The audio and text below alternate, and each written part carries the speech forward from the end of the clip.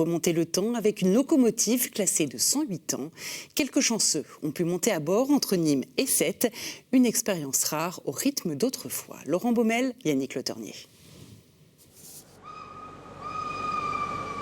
Elle s'appelle 140C27 et elle entre en gare de Nîmes.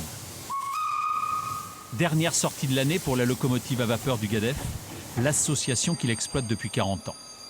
À quai, les passagers qui se sont inscrits pour ce voyage dans le temps sont là, impatients. 140C27 est française, construite à Glasgow. Pendant la Première Guerre mondiale, elle rejoint Verdun pour tracter des canons avant de se retirer en 1970, le devoir accompli. Une machine exceptionnelle conduite par des passionnés qui en apprennent chaque jour. C'est un certain art, c'est un art un peu perdu quelque part, donc on essaie de le faire perdurer justement en transmettant de génération en génération ce savoir-faire qui est l'art de la chauffe, de la machine à vapeur et pour certains aussi la conduite des machines à vapeur. La bête ingurgite une tonne de charbon à l'heure.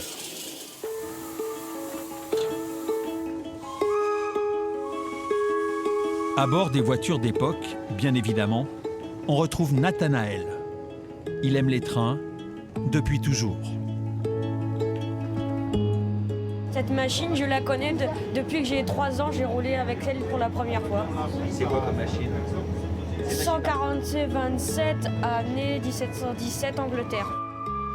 1917 pour être précis, Nathanaël. Mais on excusera notre jeune voyageur trop ému à l'idée de voyager ainsi. À 50 km/h, les paysages défilent lentement en direction de Sète. Et bientôt, les étangs en vue. Ça tombe bien, un ostréiculteur fait partie du voyage. C'est un petit défi parce que mine de rien, ouvrir des huîtres dans un train en mouvement, pouvoir envoyer toutes les huîtres parce qu'il y en a quand même environ 800 à envoyer, c'est pas rien. Et que ce soit pour l'événement et pour le défi, c'est juste exceptionnel. Mais faire circuler un train d'époque sur le réseau SNCF entre les TGV et les TER est un tout autre défi.